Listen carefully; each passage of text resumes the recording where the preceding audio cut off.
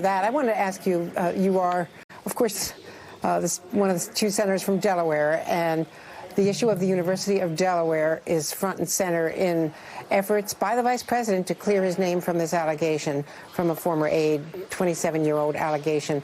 The Senate has rejected his request that the Senate search its files for any archives that might exist of an alleged complaint that Tara Reade said she filed. The vice president has said that the University of Delaware's records from the Biden legacy from the Senate would not include anything. Why not just lift the seal and have some independent body go through them and see if there's anything there?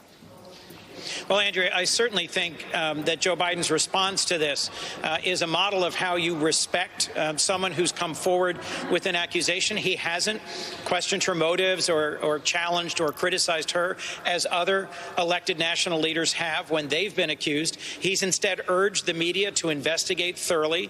And given that she's now claimed she filed some sort of a report with a Senate body, the right place for that document to be is either the National Archives or with the Secretary of the Senate. And so former Vice President Biden has directed by letter the Secretary of the Senate to release that file. I'll remind you that's someone who works for Majority Leader McConnell. So I'm frankly puzzled at their refusal so far to do that. I agree with and am confident in the Vice President's assertion that when his records were transferred from the Senate to the University of Delaware, those were only his personal notes and records, not personnel files for the office. Those would have gone to another place, either the National Archives or the Secretary of the Senate.